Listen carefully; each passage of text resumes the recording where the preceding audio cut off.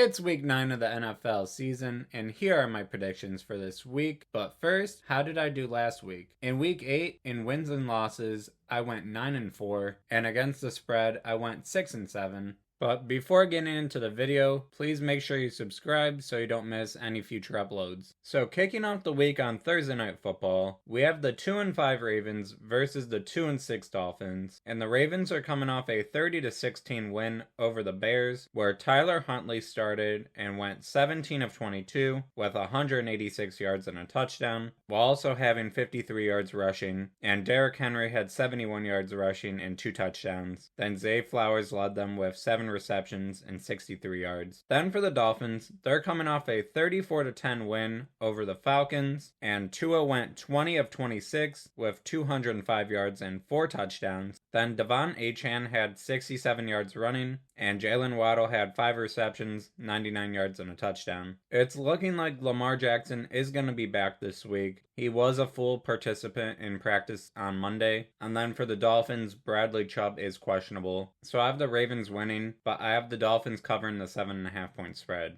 Then moving over to Sunday, the 3-4 Falcons versus the 6-2 Patriots. In the Falcons' loss against the Dolphins, Kirk Cousins went 21 of 31 and 173 yards. Then they couldn't run the ball at all in this game, having 17 carries for 45 yards and a touchdown as a team, and that's just 2.6 yards a carry. And even Bijan had a terrible game with 9 carries for 25 yards. But Kyle Pitts had a decent game with 9 receptions and 59 yards. Then for the Patriots, they're coming off a 32-13 win over the Browns, where this game was very close in the first half, with the Patriots being up 9-7 at halftime, but it was pretty much all Patriots in the second half. Drake May ended up going 18 of 24, 282 yards, 3 touchdowns, and 1 interception, but he was sacked 6 times, but 5 of those sacks came from Myles Garrett. Then Travion Henderson had a good game with 10 carries for 75 yards, and Mac Hollins led the team with 7 receptions and 89 yards. Then on the Patriots defense, they had 1 sack and 2 interceptions,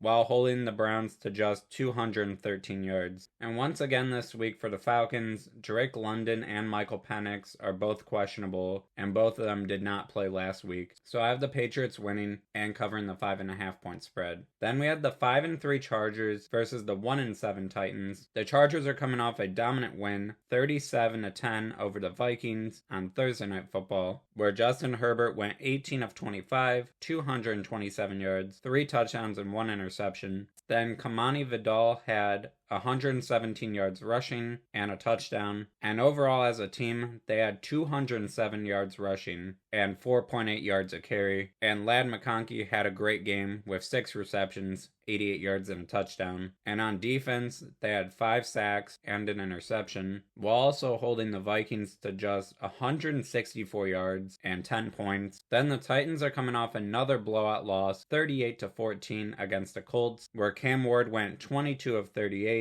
259 yards, a touchdown and an interception, while also being sacked 4 times. Then Tajay Spears had 59 yards rushing and a touchdown, and Chimere DK had 7 receptions and 93 yards. And that's now back-to-back games for him, leading the team in receiving yards. And he's looking like a pretty good target for Cam Ward early on in their careers. But overall, the Chargers are just a way better team, and this is most likely going to be a blowout. I have the Chargers winning and covering the 9.5 point spread. Then we have the 4-3 Bears versus the 3-5 Bengals. In the Bears' loss against the Ravens, Caleb Williams went 25 of 38, 285 yards and an interception. Then DeAndre Swift had 45 yards rushing and a touchdown, and Rome Odunze had 7 receptions and 114 yards. Then for the Bengals, they're coming off a very close loss, 39-38 against the Jets, where they took a 15-point lead into the fourth quarter and would go on to give up 3 touchdowns and 2 two-point conversions in the fourth, while also only scoring 1 touchdown themselves. But overall, Joe Flacco went 21 of 34, 223 yards and 2 touchdowns touchdowns, while also having a 1-yard rushing touchdown. Then Samaje Perine had 94 yards rushing and a touchdown, and Jamar Chase had 12 receptions and 91 yards. But Joe Flacco this week is listed questionable and is day-to-day with a shoulder injury. And that's just a very crushing loss for the Bengals, and they probably lost a lot of confidence as well. And overall, I think the Bears are the better team, so I have the Bears winning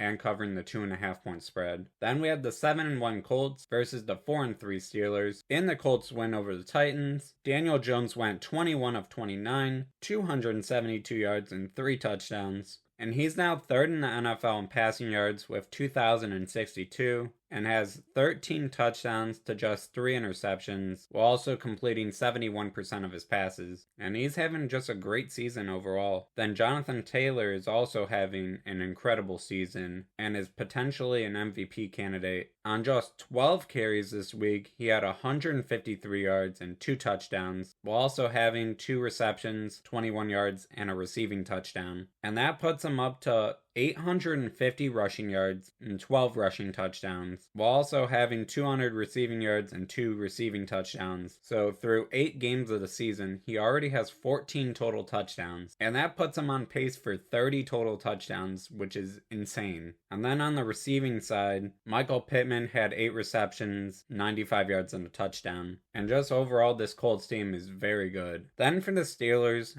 they're coming off a 35-25 loss on Sunday Night Football to the Packers, and Aaron Rodgers went 24 of 36, 219 yards and 2 touchdowns. Then Jaylen Warren had 62 yards rushing, and Roman Wilson had a good game with 4 receptions, 74 yards and his first career touchdown. And I have the Colts winning and covering the 3.5 point spread. Then we have the 5-3 49ers versus the 2-6 Giants. The 49ers are coming off a 26-15 loss against the Texans, where Mac Jones went 19 of 32, 193 yards, 2 touchdowns, and an interception. Then Christian McCaffrey had 25 yards rushing, and Jawan Jennings had 4 receptions and 45 yards. But George Kittle did have a touchdown on National Tight Ends Day. Then for the Giants, they're coming off a 38-20 loss against the Eagles, where Jackson Dart went 14 of 24, 193 yards and a touchdown, and was sacked 5 times, but he also had a rushing touchdown. Then Tyrone Tracy led the team with 39 yards rushing, and Wan'Dale Robinson had 3 receptions and 48 yards. But they did lose Cam Scatterboo for the season with a dislocated ankle, and it just really sucks for the team. He ended his rookie season with 400 yards rushing and 5 touchdowns, while also having 24 receptions, 207 yards, and 2 touchdowns. And I hope he has a quick recovery and comes back and has a monster season next year. But overall, I have the 49ers winning and covering the 2.5 point spread. Then we have the 6-2 Broncos versus the 3-4 Texans. The Broncos are coming off a very dominant win, 44-24 over the Cowboys, where Bo Nix went 19 of 29, 247 yards, 4 touchdowns and 1 interception. Then J.K. Dobbins had 111 yards rushing, and their rookie running back R.J. Harvey had 46 yards rushing and 2 touchdowns. And Troy Franklin had a very good game as well, with 6 receptions, 89 yards and 2 touchdowns. And on defense, they had 2 sacks and 2 interceptions. Then for the Texans, in their win over the 49ers, C.J. Stroud went 30 of 39, 318 yards, 2 touchdowns and 1 interception. Then they ran the ball very well in this game with 157 yards as a team, and Woody Marks led them with 62 yards. Then Xavier Hutchinson had 5 receptions, 69 yards and a touchdown. And on defense, they had 2 sacks, an interception, and held the 49ers to 223 yards. This week, this is 2 of the best defenses in the NFL facing each other, and there's a good chance it's going to be pretty low scoring as well. The Texans are allowing the least amount of points per game at just 14, while the Broncos are allowing just 18 points per game. And the Texans are allowing the least amount of yards per game at just 266, while the Broncos are allowing the 5th least amount of yards at 281. But the Broncos do lead the NFL in sacks by a large amount at 36, and I think that's going to end up being the deciding factor in this game.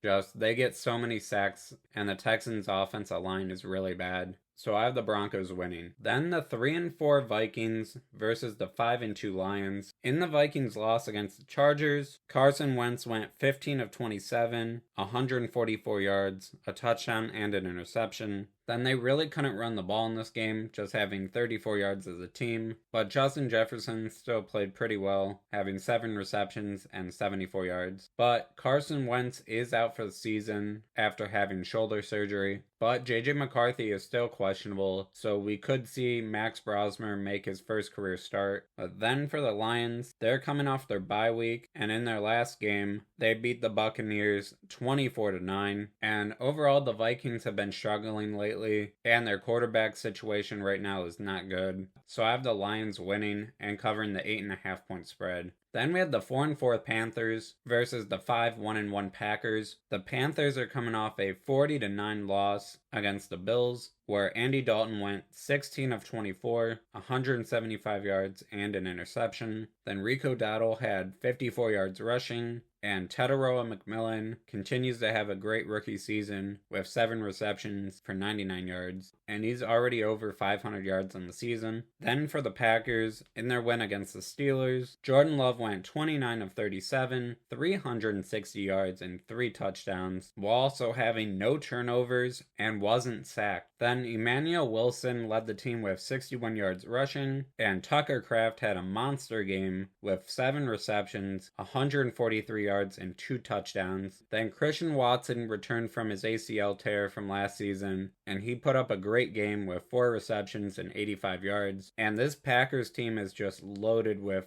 offensive weapons right now. And on defense, they had 3 sacks, and one of them was by Michael Parsons. And they held the Steelers to under 300 yards at 295. Overall, the Packers have been very good this season, and the Panthers have really struggled on the road. They're just 1-3. So I had the Packers winning and covering the 12.5 point spread. Then the 4-3 Jaguars versus the 2-5 Raiders. Both of these teams are coming off their bye. The Jaguars last game, they lost 35-7 against the Rams in London, while in the Raiders last game, they lost 31-0 to the Chiefs. So both of these teams are coming off their bye week, and in their last games, they both were blown out. But overall, I think the Jags are the better team, but I still think it's going to be pretty close. So I have the Jaguars winning, but the Raiders covering the 3.5 point spread. Then we have the 1-7 Saints versus the 5-2 Rams. The Saints are coming off a 23-3 loss against the Buccaneers, where Spencer Rattler went 15 of 21 with 136 yards and an interception. And then they put in Tyler Shuck, where he went 17 of 30 with 128 yards and an interception. Then they just had 48 yards rushing as a team, and Rashid Shaheed had 9 receptions for 75 yards. Then for the Rams, they're also coming off their bye week, and in that win over the Jaguars in London, Matt Stafford had 5 touchdown passes. And this week, it is expected that they get Puka Nacua back, so I have the Rams winning and covering the 13.5 point spread. Then we had the 5-3 Chiefs versus the 5-2 Bills. The Chiefs are coming off a 28-7 win over the Commanders on Monday Night Football. And in that game, Patrick Mahomes went 25 of 34, 299 yards, 3 touchdowns, and 2 interceptions. Then Isaiah Pacheco had 58 yards rushing, but he is questionable this week. Then Travis Kelce had a very good game with 6 receptions, 99 yards, and a touchdown. And on defense, the Chiefs had 2 sacks and 2 interceptions, while also holding Commanders to just 7 points. Then in the Bills win over the Panthers, Josh Allen went 12 of 19 with 163 yards and a touchdown, while also having 2 rushing touchdowns, and he now has 70 career rushing touchdowns. But James Cook had a very big game with 216 rushing yards and 2 touchdowns, and Khalil Shakir had a great game with 5 receptions, 88 yards, and a touchdown. And their defense was dominant in this game, having 7 sacks and an interception, while holding the Panthers to just 244 yards. And this is going to be a great game. It's probably going to be pretty high scoring as well. But the Chiefs are really hot. They have a ton of offensive weapons right now, especially with Rashee Rice back, and they've won 5 out of their last 6 games. But the Bills have been very good at home this season. They're 3-1, but I have the Chiefs winning and covering the 1.5-point spread. Then on Sunday Night Football, we have the 5-2 Seahawks versus the 3-5 Commanders. The Seahawks are coming off their bye week, and in their last game in Week 7, they beat the Texans 27-19. And during that game, Jackson Smith-Njigba had 8 receptions, 123 yards, and a touchdown. And he's off to a crazy start to this season with already 50 receptions and 819 yards, which puts him on pace for over 1,900 yards. And he's emerging as one of the top receivers in the game. Then for the Commanders, in their loss against the Chiefs, Jaden Daniels didn't play, and Marcus Mariota went 21 of 30, 213 yards, a touchdown and 2 interceptions, and he actually led the team with 28 yards rushing. Then Jeremy McNichols led the team with 5 receptions and 64 yards. And on defense, they had 3 sacks and 2 interceptions, and Jaden Daniels is still questionable this week, but I think he has a good chance to return. But the Seahawks are fully rested coming off their bye week, and they've been playing very good. So I have the Seahawks winning, but I have the Commanders covering the 3.5-point spread. Then finally, on Monday Night Football, we have the 2-5 Cardinals versus the 3-4-1 Cowboys. The Cardinals are coming off their bye week, and in their last game, they lost 27-23 against the Packers. And then for the Cowboys, in their loss against the Broncos, Dak Prescott went 19 of 31, 188 yards, and 2 interceptions. And in the fourth quarter, they put Joe Milton in, and he went 3 of 4, 58 yards, and a touchdown. But Javonte Williams continued to have a great season with 41 yards and 2 touchdowns, and he's already up to 8 rushing touchdowns on the year, and he's 4th in the NFL in rushing yards at 633. Then George Pickens had 7 receptions and 78 yards. Overall, Dallas has been good at home. They're 2-0-1, and the Cardinals have been struggling a lot lately, losing their last 5 games. So I have the Cowboys winning and covering the 2.5-point spread. Thank you so much for watching. If you enjoyed this video, please leave a like and subscribe. Goodbye.